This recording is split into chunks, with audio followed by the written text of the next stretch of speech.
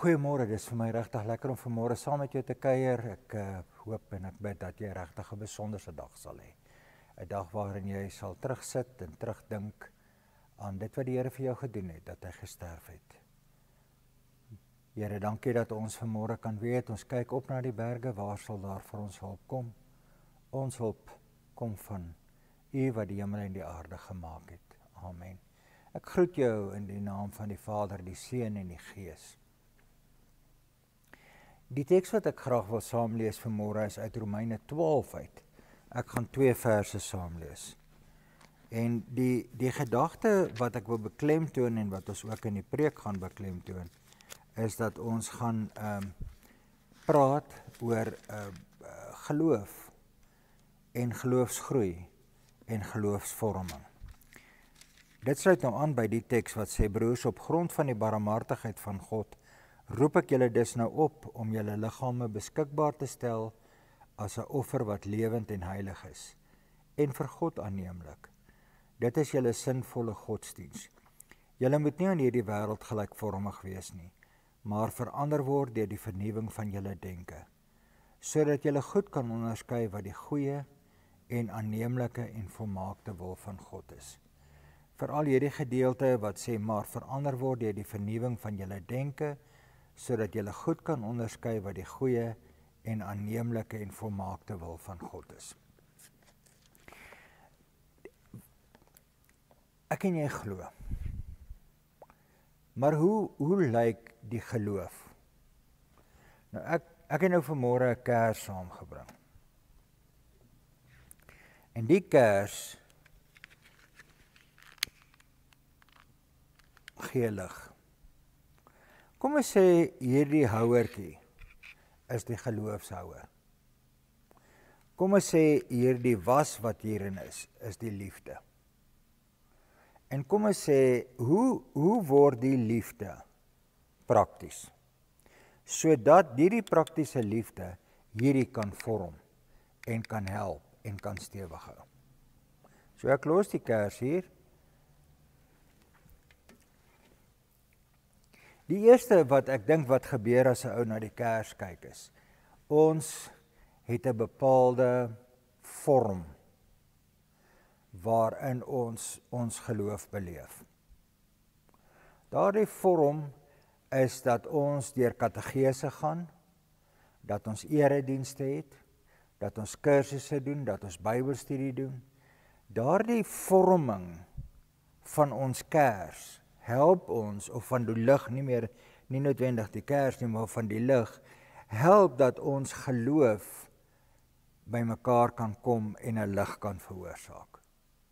So die vorming van jou geloof lê daarin dat jy begin hoor en weet hoe die liggie van die kers, daai kersie, hoe hy moet brand. Die vraag wat ek het van die lewe kan dan teruggaan na die kers toe. Die vraag van die lewe kan dan teruggaan na die Bybel toe. Dan kan jy weet, hoe behoort ek op te tree? Ons praat baie oor die Ou Testament, veral van Eksodus 20, en ons sê daai wet wat daar is klein stukkies lig wat help dat ons die lig wat Jesus Christus is beter verstaan. Die lig wat in Johannes 1 kom, die lig wat gesê het, ek is die lig vir die wêreld. Dit is die een wat gesê het, ek is liefde. Dis die een wat gesê het, jy moet die Here jou God lief hê met jou hele hart en jou naaste soos jouself. So as jy vir my vra, hoe lyk my geloof?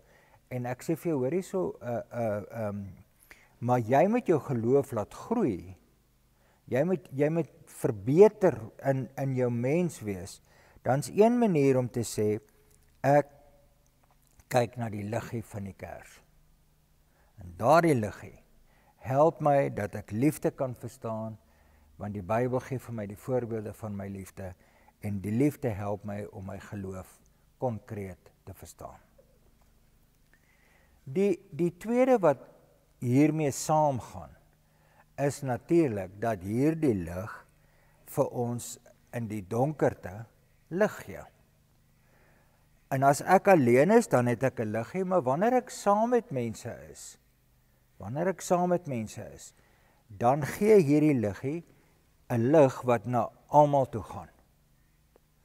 En dis vir my belangrik dat jy hierdie lig so sal hê en sal verstaan dat hierdie lig mense saambring. Want geloof is nie 'n individuele aktiwiteit nie. Liefde is nie 'n individuele aktiwiteit. Ja, natuurlik moet ek myself lief hê, maar ek moet ander mense ook lief hê. So hierdie kerslig brand ook deurdat ek saam met ander mense die lig sien.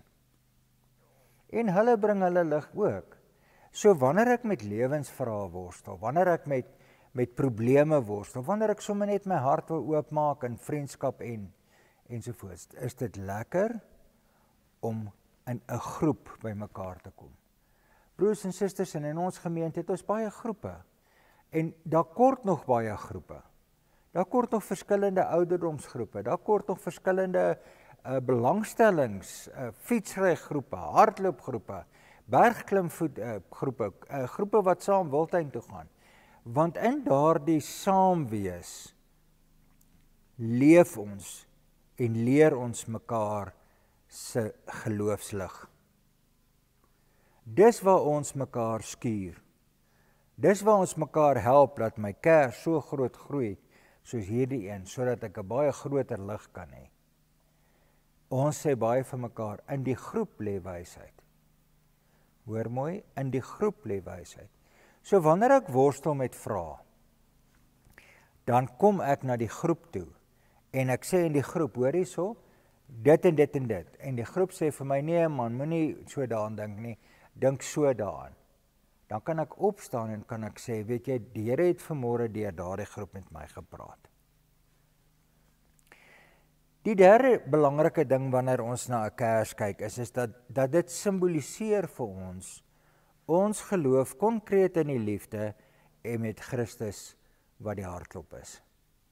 En dan wanneer ek vir jou die kers aangee, dan gee ek dit vir jou aan om vir jou te sê die Here het jou lief.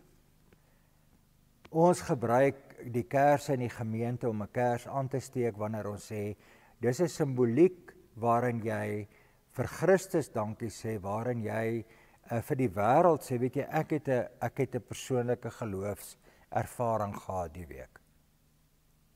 Dis waaroor die kers se opsteek vir ons so belangrik is. Ander gemeentes gaan nog verder. Hulle vat so 'n kers, steek dit by die Christuskers aan, gee dit dan vir iemand wat iemand sien. Kom ons sê byvoorbeeld Anna is in die hospitaal. Dan sal ons vra, hulle sal vra, wie gaan vir Anna die week sien? Dan steek Jan sy hand op, dan sê ons vir hom, vat vir ons die Christuskers, die liefdeskers, vat dit en gee dit vir Anna. So nou kan jy begin hoor, as ons praat oor geloofsvorming, en ons praat oor geloofsgroei, en ons praat oor gewoontes, dat jy hierdie geloofsband, die buitekant van hierdie liggie, het wat jou geloof is, die binnekant wat jy het wat jou liefde is, en dan jou liggie, wat verskillende aksente het. Aksente van ek leer, ek gaan kategese toe, ek gaan lees boeke, ek kom kerk toe. Die ander aksent is ek is saam met mense, en die groep lê wysheid. En die derde enetjie is dat jy sal sê, weet jy, hierdie lig stuur ek vir jou. En ek sê daarmee vir jou, hoor hierso, Jan, Piet, hier kom die lig van Christus, wat kom uit die liefdeshart uit van 'n familiekerk, wat bekommerd is oor jou, of wat besorg is oor jou, of wat saam met jou seer het en saam met jou bid. Die laaste wat hierdie geloofsvorming mee help, en nou moet jy onthou, jy het nou klaar, jy is besig om te leer uit die Bybel uit, jou katekismes, jou prediking, jou kuier saam met mense. Want hierdie lig wat in die wêreld skyn in donker hoekies in.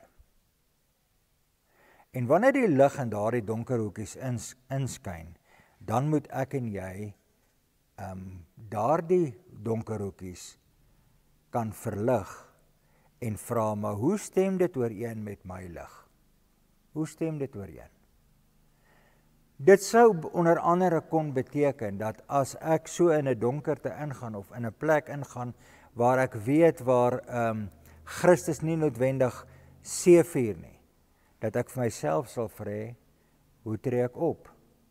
Maar dat ek met daai lig wat ek vra, hoe tree ek op, ook sal vra, ek moet probeer verstaan hoekom jy sê wat jy sê.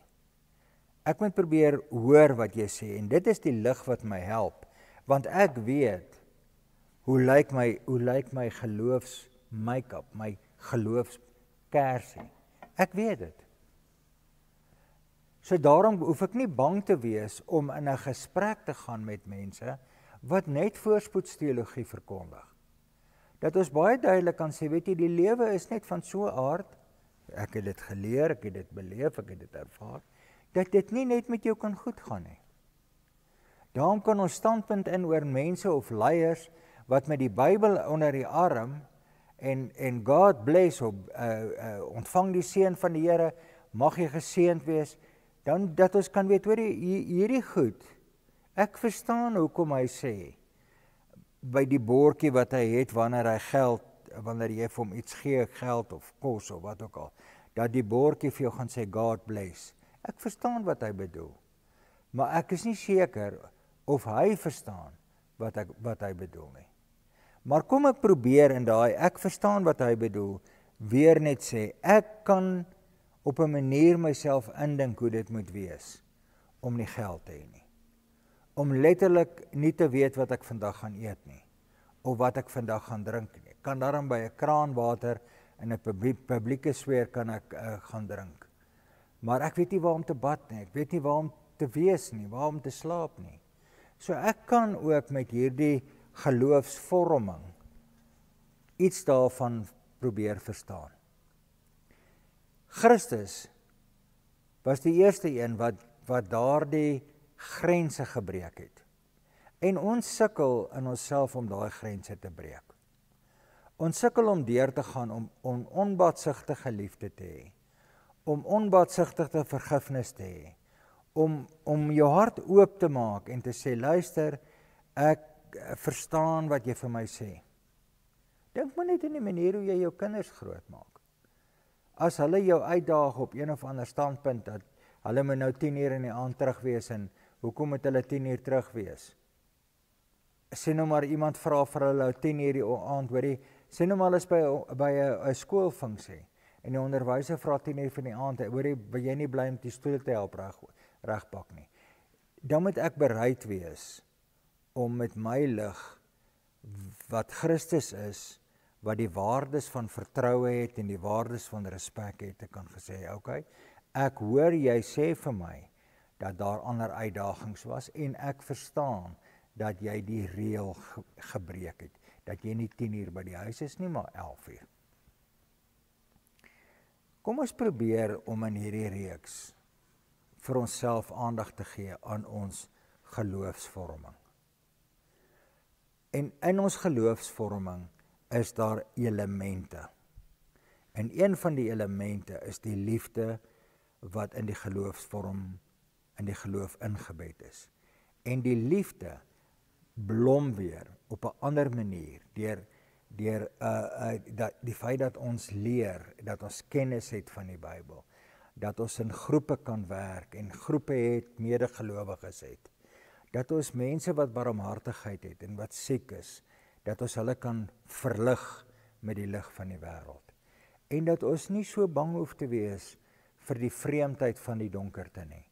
Want miskien net as ons die lig daarop laat skyn, dan gaan ons sien dat Christus is lankal al daar. Dit was ons wat gedink het dis donker. Mag jy regtig 'n geseënde week hê. Amen. Here, dankie vir ons saam wees. Al is dit nie fisies nie, al is dit net deur geloofshande.